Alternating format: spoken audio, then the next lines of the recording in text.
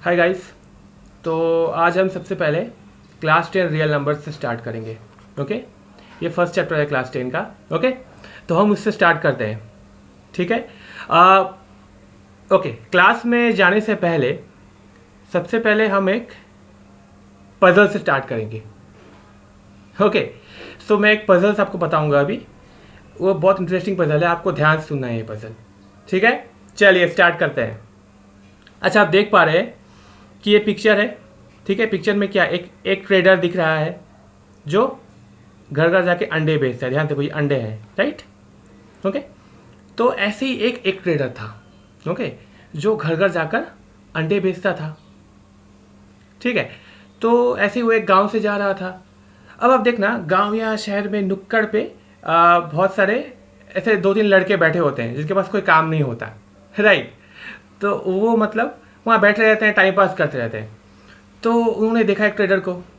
अब उनके मन में तो अब कोई काम वाम है नहीं, तो कुछ तो करना है टाइम टाइम वो करना है। उन्होंने क्या किया, उसको परेशान करना शुरू कर दिया। उनको बुलाया, बैठाया, उसके एक्स ले लिए, एक दो एक्स ले लिए। अब एक ट्रेडर गुस्सा आ गया, वो झगड़ा करने लगा कि भाई आप मेरे एक्स क्यों उठा रहे हो, पैसे दो। तो उसने क्या किया, गुस्से में उन लोगों ने क्या किया, एक ट्रेडर्स के सारे एक तोड़ दिए, सारे एक नीचे फेंक के तोड़ दिए, अंडे तोड़ दिए। अब एक ट्रेडर को तो अब उसके सारे अंडे टूट गए, वो क्या खाएगा, क्या बेचेगा। उसने जो है पंचायत में कंप्लेन कर दी, गांव में पंचायत होती है, उसमें कंप्लेन कर दिया। तो पंचायत वाला आया, उसने बोला कि अच्छा आपके एक तोड़ दिए, ठीक है, आपके एक के पैसे तो हम उनसे लेंगे। अच्छा ये बताइए कि कितने एक थे, कितने अंडे थे आपके बास्केट में टोटल। ओके, तो उसने बोला कि सर देखिए, मुझे पता नहीं कितने अंडे थे उसमें, मुझे काउंट नहीं किया, पर मुझे क्या पता है। तो उसने बताया मुझे ये पता है।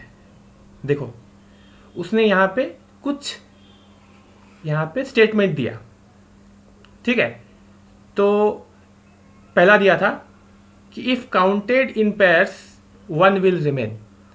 मतलब उसने एक्चुअली क्या किया, उसने बोला कि मुझे पता नहीं कितने अंडे हैं मेरे बास्केट में, बट मुझे इतना पता है कि अगर मैं दो दो करके अंडों को अलग अलग करता हूं तो एक बच जाता है। मतलब देखो ध्यान से, इफ काउंटेड इन पेयर मतलब क्या है, मान लो अंडे हैं, बहुत सारे अंडे हैं। ठीक है, बहुत सारे अंडे हैं बास्केट्स में। ठीक है, और अगर मैं पेयर्स में काउंट करूं, जैसे दो अंडे, दो अंडे, दो अंडे, ऐसे ऐसे दो दो अंडे करके मैं अगर पेयर्स में इसको काउंट करना चाहूं तो आखिर में एक अंडा बचता है। Okay, similarly if counted in threes two will remain. Okay, similarly अगर तीन करके काउंट करूं, तीन करके मैं अगर अंडों को अलग अलग कर दूं, ओके, तो दो अंडे एक्स्ट्रा बच जाते हैं।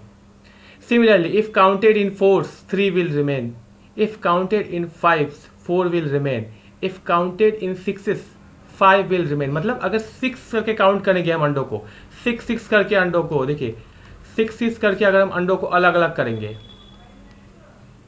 Okay, five will remain. If counted in sevens nothing will remain.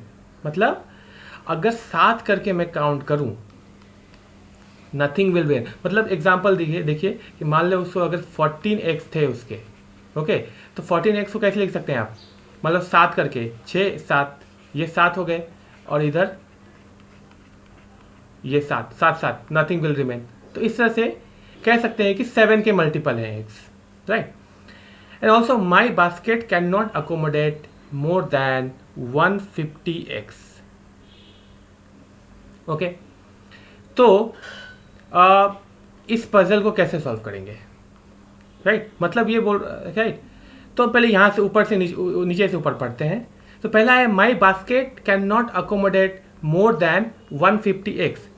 तो चलिए एज्यूम करते हैं कि let x is equal to number of x. Okay, तो क्या हो जाएगा, एक्स लेस देन 150, या इक्वल टू भी कर सकते हैं आप, मतलब लेस देन इक्वल टू, मतलब एक्स जो है या तो 150 या 150 से कम होगा। ओके, तो उसने बताया कि मेरे बास्केट में 150 से ज़्यादा एक्स नहीं हो सकते। ओके, फिर बोला if counted in sevens nothing will remain. मतलब सोचो ध्यान से, अगर मतलब मैंने x को 7 में डिवाइड कर दिया तो कुछ नहीं बचेगा। मतलब इसको हम कैसे लिख सकते हैं फिर, x इज इक्वल टू, देखो मान लो कितने सारे 7 के होंगे, उसको हम एक वेरिएबल दे सकते हैं। जैसे यहाँ पे अगर 14 था, ठीक है, यहाँ पे 7 और 7 14x को हम लिख रहे हैं 7 और 7 2 टाइम्स हम लिख रहे हैं, तो इसको लिख सकते हैं हम 7 इंटू 2, राइट, प्लस 0, कुछ रिमेनिंग तो नहीं बचा यहाँ पे, प्लस 0, राइट। तो इसको हम लिख सकते हैं ना, x is equal to 7 into, okay, q plus 0, इस तरह से लिख सकते हैं। यहाँ पे देखो ये x हो गया नंबर ऑफ, में यहाँ पे कंपेयर करो आप इससे, तो 14 हो जाएगा number, total number of x। यहाँ पे 14 जरूरी नहीं कि 14 x ही है, पर 14 नंबर ऑफ x हो जाएंगे। अच्छा 7 जो है वो 7 से हम डिवाइड कर रहे हैं। देखो एक्चुअली हम टेक्निकली हम डिवाइड करें, ध्यान से देखो, अगर हम 14 को 7 से डिवाइड करें तो क्या हो रहा है, 7 2 जा 14 और रिमाइंडर 0 है। तो यहाँ पे remain will work as a reminder. ध्यान से देखो, दिस रिमेन, ये रिमेन, ये टेक्निकल रिमाइंडर है, राइट। तो remain will work as reminder and 7 जो है ये डिवाइजर है, मतलब यहाँ पे काउंटेड इन 5 6 ये सब डिवाइजर हो गया, ओके। ये डिविडेंड है आपका, नंबर ऑफ x 14 डिविडेंड हो गया, ओके, राइट। और अगर ये 2 बोलोगे तो ये क्वोशिएंट हो गया, क्वोशिएंट हो गया। तो यहाँ पे क्वोशिएंट से आपको ज़्यादा यहाँ पे ध्यान नहीं देना है, क्वोशिएंट से। तो यहाँ पे देखो हमने यहाँ पे क्वोशिएंट को क्यों मान लिया है, तो यहाँ पे हम लिख सकते हैं कि if counted in 7s nothing will remain. मतलब क्या है कि अगर x total number of x है, अगर हम 7 इंटू क्यू कर देंगे तो प्लस क्या आ जाएगा, 0 मतलब नथिंग विल रिमेन। सिमिलरली अगर हम यहाँ पे लिखें if counted in 6s, okay, if counted in 6s 5 will remain, इसको हम कैसे लिख सकते हैं, x is equal to 6s में काउंट कर रहे हैं तो 6 इंटू क्यू, ओके, यहाँ पे क्यू ले लिया मैंने, यहाँ पे Q1 भी ले सकते हैं आप, जो भी वेरिएबल ले सकते हैं आप, प्लस कितना रिमेन कर रहा है, 5 रिमेन कर रहा है। इसको हम ऐसे भी ले सकते हैं कि अगर हम 6 से समथिंग डिवाइड कर रहे हैं Q को या x को, यहाँ पे x हो जाएगा, x को, तो Q क्वोशिएंट आ गया, ओके, और रिमाइंडर यहाँ पे आ जाएगा 5, ओके। तो यहाँ पे x हो जाएगा, ओके। तो यहाँ पे if counted in 6s 5 will remain, okay, मतलब अगर 6 में अगर डिवाइड कर देंगे काउंट को तो 5 बच जाएगा। Similarly if counted in 5 4 will remain, मतलब क्या है, x is equal to 5 into q plus 4। देखिए ध्यान से, ओके। तो इस तरीके से हम ये सारे को इक्वेशंस में लिख सकते हैं, like x is equal to 4 into q plus 3, okay. Similarly x is equal to 3 into q plus 2 and ये हो जाएगा x is equal to 2 into q plus 1, okay. तो इस तरह के जो इक्वेशंस बन रहे हैं ना, ओके। अब आप ध्यान दीजिए कि ये जो इक्वेशन है ये आप कैसे लिख पा रहे हैं। ये जो इक्वेशन आपने लिखा है x equal 2 into q plus 1, इस तरह से, this equation is actually by called Euclid's division lemma, जो आपका फर्स्ट टॉपिक है आपके क्लास 10 के रियल नंबर्स चैप्टर का। उसमें क्या है, इसका आंसर क्या है, ध्यान से देखिए। Given positive integers a and b, okay, दो इंटीजर्स आपको मिले हैं a and b, okay, there exist unique integers q and r, okay. अगर a and b already available हैं आपके पास, ओके, तो वहाँ पे आपको दो यूनिक इंटीजर्स मिलेंगे q एंड r, यूनिक होंगे, हमेशा याद रखिए, यूनिक मतलब q एंड r का वैल्यू जो है यूनिक होगा, चेंज नहीं हो सकता है, सिंगल वैल्यू रहेगा। Such that a equal to b q plus r, a is equal to b into q plus r, okay. तो ये है यूक्लिड्स डिवीजन लेमा, ओके। हाँ, r is less than b and more than 0, ये याद रखिएगा। अभी देखिए यहाँ पे आर जो है हमेशा बी से छोटा होगा। देखो ध्यान से, अगर आप प्रीवियस इक्वेशन देखोगे आप, तो x equal to 2 into q plus 1, x equal to, यहाँ पे देखिए, यहाँ पर इससे कंपेयर करेंगे आप, तो यहाँ पे हो जाएगा a है ये, ओके, 3 हो जाएगा b, q is q itself and 2 is r।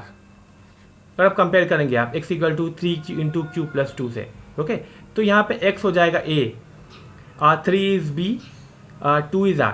और ध्यान से देखो, ये जो r वैल्यू है ये 2 है, ये वैल्यू है हमेशा 3 से छोटा। देखो 1 is less then 2, 2 is less then 3, 3 is less then 4, 4 is less then 5, और ये 0 भी है, देखिए, राइट, ये भी r है टेक्निकली, राइट। तो r जो है क्या हो सकता है, r is always greater than 0 and less than b, इससे हमेशा छोटा होगा, ये याद रखना, okay. So this is Euclid's division lemma, which says that any positive integer a and b, okay, if exists, then अगर a and b है तो आपको q and r मिल जाएगा। मतलब एक्चुअली नहीं, ये आपको कैसे आप फाइंड करोगे, आप मान लो मैं दो पॉजिटिव इंटीजर लिखता हूँ आपको, लेट्स से 21 और 4, ठीक है। मान लो a अगर 21 है, b इक्वल टू 4 है, कैसे फाइंड करोगे आप इसको डिवाइड कर दोगे, 21 को 4 से डिवाइड कर दोगे, राइट। तो कैसे होगा, 4 5 जा 20, ओके, तो 20 हो जाएगा यहाँ पे, और 1 बच गया यहाँ पे रिमाइंडर। तो आप कैसे लिख सकते हो 21 को, 21 is equal to, okay, 4 into 5 plus 1, यही है यूक्लिड्स डिवीजन लेमा, ओके। और हमेशा याद रखना, ये हमेशा 4 से छोटा होगा, right. So that is for Euclid's division lemma. अच्छा, okay, coming back to the puzzle, ये तो चलिए हमने पढ़ लिया। अच्छा, पजल में हम अभी भी हम कर रहे थे पजल, राइट। तो यहाँ पे इसको कैसे सॉल्व किया जाए, ओके। देखिए, इसको सॉल्व करने के लिए यहाँ पे ऐसा कोई फॉर्मूला नहीं है, okay. You have to use trial and error method. But इसको ट्रायल एंड एरर मेथड को और सिंपल करने के लिए आप क्या कर सकते हैं, ध्यान दीजिए यहाँ पे, x is 7 into q plus 0, मतलब कह सकते हैं कि x is a multiple of 7। x जो है, क्योंकि यहाँ पे रिमाइंडर तो यहाँ पे 0 है, इसका मतलब देखो यहाँ पे, जैसे एग्जांपल में 14 देखिए, 14 यहाँ पे 7 जो है 14 का मल्टीपल है, मतलब 14 जो है 7 का मल्टीपल है, 14 इक्वल टू 72 लिख पा रहे हैं आप, ओके। तो यहाँ पे जो है, इससे पता चलता है कि जो x है, नंबर ऑफ x है, ये 7 के मल्टीपल है, and number of x less than 150 है। तो आपको क्या चेक करना है, आपको ये सारे प्रॉपर्टीज चेक करने हैं 7 के मल्टीपल्स पे। जैसे क्या क्या मल्टीपल्स है, 7 है, 14 है, 21 है, 28 है, ओके, 35 है, 42 है, 49 है, 56 है, 63 है, 70 है, 77 है, ओके। और क्या क्या है, और है आपका 84, 91, 98, 105, 112, 119, इस तरह से आपको चेक करना है। और आपको ये भी चेक करना है कि अगर 6 में, अगर आपको इस इन सारे नंबर्स को 6 से डिवाइड कर देंगे तो 5 रिमेन होगा, ओके। तो अगर आप देखें तो ये वाला, अगर आप 6s वाला चेक करें, ओके, 6s वाला अगर आप चेक करके देखें तो ये इससे 5 रिमेन नहीं होता है, इससे 5 रिमेन नहीं होता है, ओके, इसमें भी 5 रिमेन नहीं होता है, 3 रिमेन होता है। इसको करेंगे तो आप 6 4 24, यहाँ पे 4 रिमेन होता है। अगर आप 28 को 6 से डिवाइड कर देंगे तो 4 रिमाइंडर बचता है, राइट, यहाँ 5 रिमाइंडर बचना चाहिए। तो इस तरह से, हाँ, इसमें बचता है 6 5 30, 5 रिमाइंडर बचता है। सिमिलरली अगर आप ये जो है फुल मल्टीपल है, ओके, 6 7 जा 6 8 जा 48, तो यहाँ पे 1 रिमाइंडर बचा है, तो ये भी काउंट नहीं होगा। इस तरह से आपको यहाँ पे चेक करना है कि कौन कौन से यहाँ पे सेटिस्फाई कर रहा है ये। उसके बाद फिर आप 5 में चेक करेंगे, राइट, कि 5 में, कि 5 से डिवाइड करने पर किसने में 4 बचा, 4 रिमाइंडर बचा। इस तरह से आपको ट्रायल एंड एरर यूज़ करना है। तो अगर आप ट्रायल एरर यूज़ करेंगे तो आपका आंसर आएगा x is equal to 119. This is the number of eggs that are in the basket. Okay, so this is the answer of the puzzle. चलिए अब आगे बढ़ते हैं. Coming back to the Euclid's division lemma. तो ये division lemma जो हमने पढ़ा है ये मेनली क्या डिफाइन करता है कि अगर दो नंबर्स हैं ए एंड बी, ओके, तो यहाँ पे आपको दो इंटीजर्स मिल जाएंगे q and r such that it satisfies this equation a equal to b q plus r. अच्छा, इसका मेनली यूज़ कहाँ पे होगा? तो इसका यूज़ मेनली हम HCF या फिर हाईएस्ट कॉमन फैक्टर निकालने में करते हैं.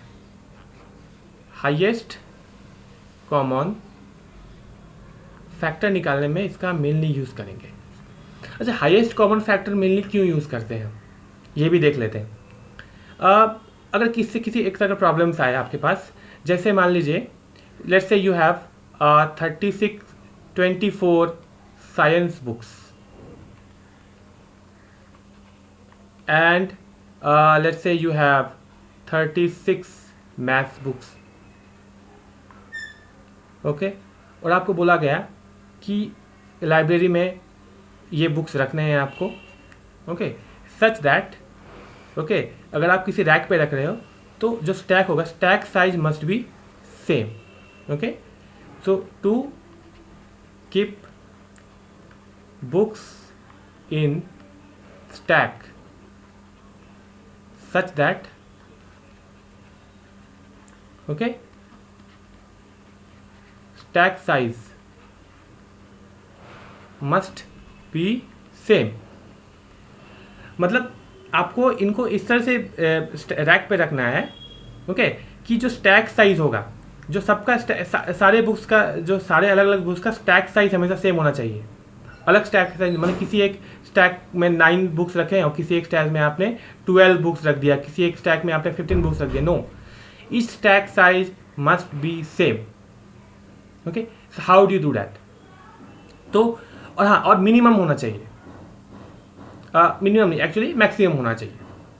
Sorry, it should be maximum. मतलब इस स्टैक में मैक्सिमम बुक्स होने चाहिए. ऐसे होने चाहिए कि नंबर ऑफ स्टैक्स जो है, नंबर ऑफ स्टैक्स जो है वो number of books in the stack same रहेंगे. तो how do you do that? To do that problem you need highest common factor. Okay, highest common factor कैसे निकालेंगे हम? Using Euclid's division lemma. Basically हम इसका हम एग्जाम्पल देख रहे हैं, इसका हम एप्लीकेशन देख रहे हैं. तो अभी देखिए यहाँ पे 36 हाईएस्ट है, 24 लोएस्ट है, राइट? 36 greater than 24. तो you will use Euclid lemma for a and b. Okay, यहाँ पे इसको ए ले लेंगे और इसको बी ले लेंगे. ओके, फिर हम डिवाइड कर देंगे इसको 24 को 36 से 24 से. चलिए डिवाइड करते हैं. 24 डिवाइड 36, तो क्या हो जाएगा? 24 1 24. ओके, बिकॉज 24 टू 48 बड़ा होता है इससे. ओके, तो ये हो जाएगा 12 आ गया रिमाइंडर. ओके, तो हम कैसे लिख सकते हैं इसको? मैंने अभी बताया था आपको कि 36 is equal to 24 into 1 plus 12, right? तो आप देख पा रहे हैं कि ये जो है ये हमने लिख दिया. ओके, ये फर्स्ट इक्वेशन हो गया, right, by Euclid division lemma. Okay, we are using a and b as 36 34 and we are finding q and r. तो कह सकते हैं कि ये क्यू है और ये आर है. ओके, अब यहाँ पे देखिए रिमाइंडर 12 आ गया है. तो हम क्या करेंगे? ये है बी आपका और ये है ए. ओके, अब यहाँ पे बी एंड आर पे फिर यूक्लिड्स डिवीजन लेमा हम चेक करेंगे. जब तक कि आर 0 नहीं होता तब तक चेक करते रहेंगे. तो अब हम यूक्लिड्स डिवीजन लेमा यूज़ करेंगे बी कॉमा आर पर. ओके, मतलब हम अब 24 को डिवाइड करेंगे हम 12 से. ओके, सो 12 डिवाइड 24, राइट? तो क्या हो रहा है? 12 टू 24, राइट? तो यहाँ पे क्या आ गया? 24 इज इक्वल टू 12 इंटू 2 और ये 0 आ गया प्लस 0. ओके, अब हमने 24 और 12 को यहाँ पे b को हमने इसको a मान लिया है और इसको b मान लिया है. फिर से b और r को a और b मान लिया है. और फिर हमने यहाँ पे यूक्लिड डिवीजन लेमा यूज़ किया है। ओके, और आप देख पा रहे हैं हम यहाँ पे कि यहाँ पे इसका ये जो आर का वैल्यू यहाँ पे 0 आ गया, आर इज 0, ध्यान दीजिए। ओके, जैसे यहाँ पे आर 0 आ गया, इसका मतलब ये है कि हमारा एस सी एफ यहाँ पे आ गया है। एस सी एफ क्या होगा, this value is the S C F, ये जो 12 है। ओके, ये जो इस इक्वेशन में जहाँ पे आर 0 है तो बी यहाँ पे बी हो जाएगा H C F of 36,24 which is equal to 12। Okay, तो ये जो वैल्यू है बी, जो बी वैल्यू यहाँ पे बी, यहाँ पे a equal to b q plus है, तो यहाँ पे जो बी है वही 12 है यहाँ पे, तो ये 12 हो जाएगा। ये है H C F of 36,24 which is 12, right. तो इस तरीके से हम यूक्लिड डिवीजन लेमा यूज करके हम एच सी एफ निकाल सकते हैं। ओके, ठीक है, तो चलिए ठीक है, आज के लिए तो इतना ही, और आगे अगर आप ज्वाइन करेंगे तो फिर आगे हम और भी आगे हम बढ़ सकते हैं। आगे प्राइम फैक्टराइजेशन करेंगे, उसमें हम कैसे एच सी एफ निकालना है वो हम दिखाएंगे आपको आगे। ओके, तो ये नेक्स्ट लेक्चर्स में हम आगे बताएंगे आपको कि एच सी एफ को निकालने के और क्या क्या तरीके हैं, बहुत सारे तरीके हैं एच सी एफ निकालने के, वो हम आगे देखेंगे। ओके, ठीक है, आज के लिए इतना ही। Thank you very much. ठीक है, ओके, बाय।